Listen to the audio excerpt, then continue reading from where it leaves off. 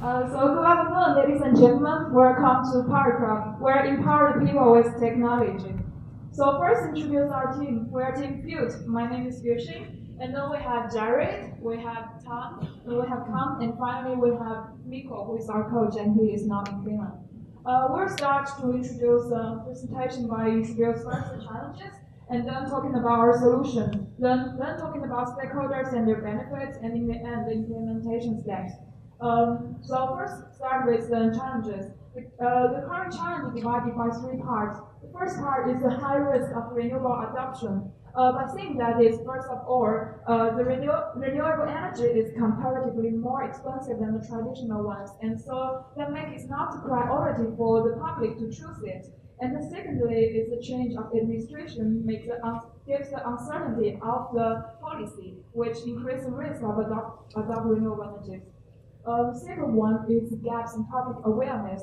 So the public, they are not really aware about the negative effect of climate change, and they don't know how crucial it is to take action to prevent it. Besides that, they are not really familiar with the renewable energy, and they don't really know what benefit it can bring. So in the end, the last one is the lack of the last one is the lack of a consumer engagement because of they don't aware about the thing what's going on. So it's difficult for them to take action. Even though if they're taking action, there's no rewarding system to encourage them to be more sustainable and using renewable energy. Okay, so let's take a story of John. So John is a account manager working in a bank, and he's from Brisbane. He's 35 years old. Besides that, he's also a household owner, and he likes to play mobile games, casual mobile games, just like everybody else. He kind of know a little bit about renewable energy, but he thinks it's too pricey and don't consider further about that. Regarding to energy consumption, he don't know much except paying the bills for his electricity usage. But one day he heard from his colleague about a new game called Parkrab, which is a mobile game that based on the real energy consumption in Brisbane. And he think the concept is interesting, so he decided to try out. So after he try out, he gets slightly more wiser because he know more about renewable energy technology, and after that also participate in this peak hour usage reduction to earn in-game reward. So the more he play, the more he play, the more informative the game gets, and the more challenging it gets. So he know the mix of renewable energies, and then he know the storage of the energies, and also know the strategic adoption for climate change, and in the end the demand response. So after a few months, he is more conscious about energy usages, and then he's considering to install a solar panel on his own house. And in the end, he recommended this game as well as renewable energy to his friends. And what is Power Drive about? I will let my team member come to continue. Hello everyone. Let's get into more details about our game PowerCraft. So what is PowerCraft? It's a mobile strategy game created in order to solve one of the biggest problems in renewable energy adoption that we believe. It is people's awareness. So in this game, the player will fight the invading aliens from outside the Earth using the renewable energy. And the game itself will contain multiple locations with multiple levels, which is based on the real world. And due to the every level will be simulated based on the real data, like the geography feature and the weather condition. So the player's main task is to find the best strategy and as well as to build the most effective defense system in order to meet the alien. Let's talk about the home base. This is one of the main attracting points of this game. So in the home base, the player can customize the technology tree that they have and can upgrade as well as unlock new technology using these technology cards. This is one example that we have. So for this technology card, the player can access during the gameplay either by complete one level or by participating in the demand response in-game debate, which we'll talk more about later. So there are hundreds of technology cards which we plan to reuse, and many of them are based on the real life technology.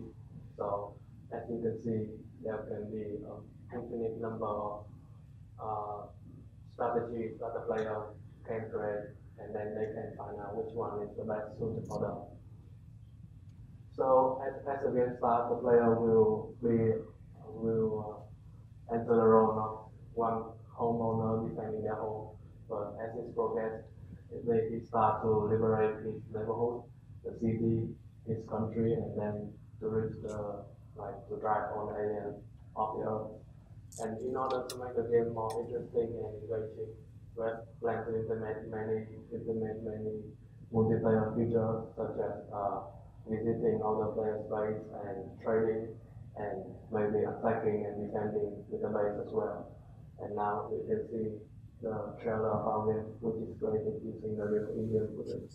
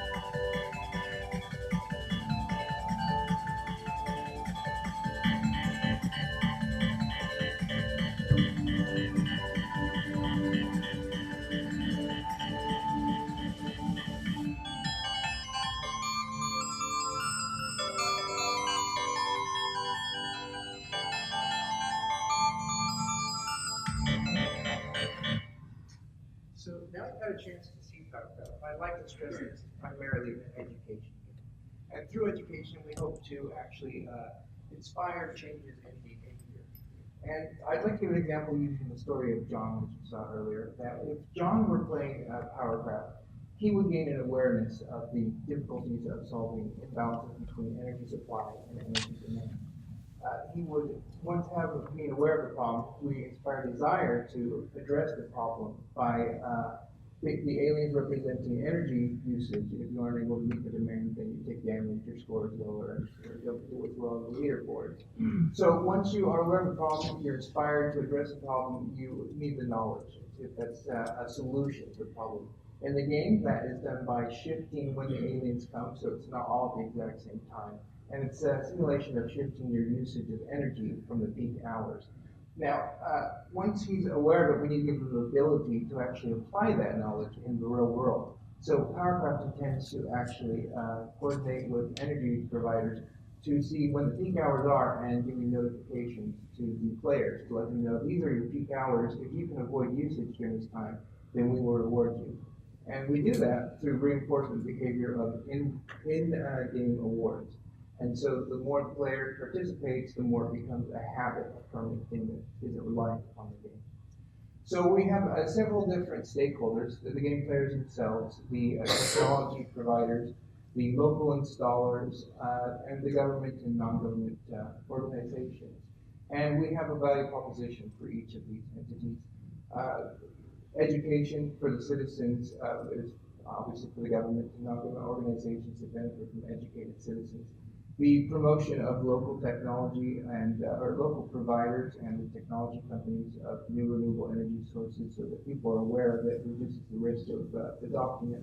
And the players themselves, we hope to engage them. And since there are so many games available on the market, and a lot of them are free, you need some sort of draw, and that we call the novelty features. These are the things that are going to draw people in to play the game.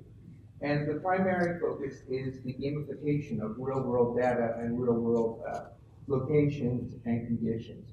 So we try to incorporate insulation levels. So for example, in Brisbane, you expect the sun to be up in December, where in Helsinki, you never see the sun in December. And the weather, of course, is different in every location, which we incorporate for wind power. And pretty much anytime you can incorporate a change, we attempt to display it in the game. Now, in addition to that, there are some people who are just motivated by renewable energy. They want to see it adopted, and we expect these people to adopt the game because of the fact that it will give them this information so that they can partake in actually crafting the solutions to the problems we face. And we need to keep people playing the game, and we do that through the diverse technology tree, as Heinz said, that promotes strategy, trying out different technology combinations, and prolonging the game, increasing the amount of content that they can experience. And additionally, we also see it as being a hub of information so that government organizations can display links to information they publish, tools that they have, community actions that we can promote for them. So just an overview of the benefit for governments, we educate citizens. For local technology providers and energy producers, we promote their products, promote their technology. We get the local installers in contact with the customers directly. And also it benefits people who don't play the game because we can simulate the adverse effects of climate change so that people that aren't aware of climate change or aren't directly impacted by it yet can actually gain some empathy for people who are impacted by it. And so even if you don't play the game, you benefit from it. And of course, there's a lot of free games, but free and fun is really hard to beat. So as far as the strategic alignment with the Australian government and the state government, we hope to see an economic uptick of renewable energy adoption as installers are contacted with potential customers. And specifically, we looked at the people and knowledge pathways and the pathway to a clean growth economy, and the adoption of education and reinforcement behaviors, as well as promoting the technologies available. Now, as for actually how do we hope to accomplish this, I'm going to turn the time over to time. Yeah, so as Jared has presented to you, there are a lot of potential value of this game, and I'm going to present to you now how we can actually make the game that maximize the value for all stakeholders. So first of all, I would like to present 4 pillars of our that our implementation, the game implementation built around it. So first of all, we will put our player as the core of our project. So we want to make the game fun.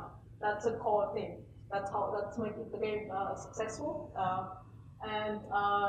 So in order to do that, we want to follow up on monitoring constantly the player engagement with the metrics, of course, their feedback, and then KPIs such as customer engagement, player engagement, retention, and length of the playing time. And we follow this up in order to keep our game, to improve our game, make sure that the game it's engaging the players. Secondly, we want to localize the content. So as Frank has mentioned, we want to localize the gameplay, but we also want to let the local installer or energy provider to promote their content to the targeted local audience. That's secondly, we want to build a strong partnership with our partners. This means that we don't want to be an education game just to promote the branding and commercial value added. So we want to actually deliver commercial values such as improvement in sales, customer engagement, and cost saving through, for example, demand response campaign. So we want to be part of the tool that actually create values for the business.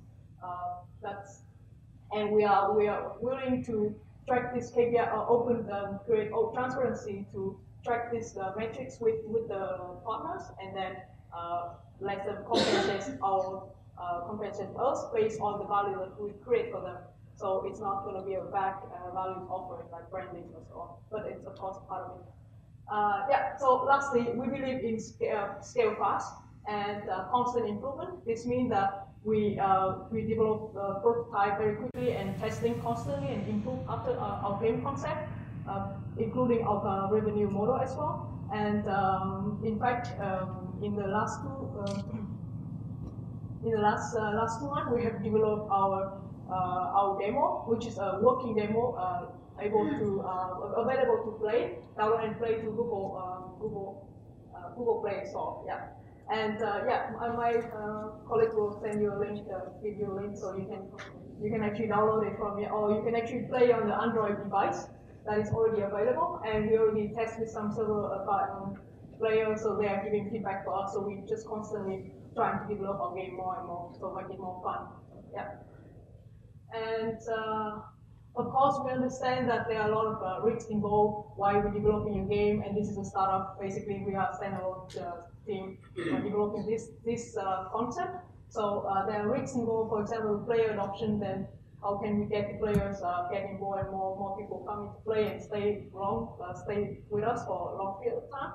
And also we have risks in maintaining the partner, in adoption. So getting partners involved with our business and stay with us. And secondly, thirdly, that we have maybe have a risk of not being able to get enough funding for the game, especially at the beginning of the development phase. Yes, so we do have a mitigation plan for it, a very conceptual level, but of course for players, we want to make the game fun, but we also will invest a lot in the marketing campaign to make sure that the new people coming to play and try our game constantly. And for the partners, we, as mentioned before, we're trying to offer the values that we will offer them concrete values, the commercial values for the business, offer values for the business. So so we hope that they will trust us and they will partner with us. And lastly, it's about not getting enough funding for game development. We actually thought of a very flexible investment package.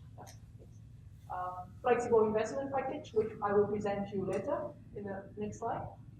Oh, the next slide, last slide. If we are given a chance to deploy this game concept in Queensland, we would be happy to take it, and we would be start the pilot as soon as agreed. And basically, it would take we estimate that it would take 10 months to deploy this pilot, and this includes basically 4 months of full development to kind of create a fully customized game for Queensland, taking into consideration of getting the partners and getting the players and marketing to the players. And while we also have a 3-month period of soft launch, which we introduce the basic game features for the players and for the partner as well to get them involved. Well, in this period of 3 months, we basically will let the game be for free, let people play for free, and the partner also allowed to kind of get into our game and advertise their product as well and gamify their product to our game for free. This is what we want to have this free period prior, because we want to get the development user basis and also want to develop the game properly and a lot of testing for it. However, if the soft launch is successful and all the KPIs has been reached as a target, then we will start launching the full launch, which will be in 3 months, but of course can be longer for 6 months, but it depends on how the KPIs go, the progress of the success KPIs for the game. And for this full launch, we will start offering, our revenue scheme. So this means that we will start charging the players for still free to play game. However, they will be charged for paying for premium content, and we also charge a partner for advertisement and then gamification of their product. And so in order to make this happen, we need some funding for the first one in the full development. This means that we are asking for 330,000 Australian dollar, and however, this can be split into 3 installments. So this is to ensure the investment not have to will reduce the risk of investor. So if you you can first invest in us on the 1/3 of it at the beginning, and you can track the KPIs and see if the game is going well, and you can decide to continue work on it. And in exchange, we will have a free game for free standard to play, and free period, some period, 3 months free to advertise for our game, and you will have also 20% of our stake for the stake of the company. Yes. And that's it. Thank you very much, and yeah.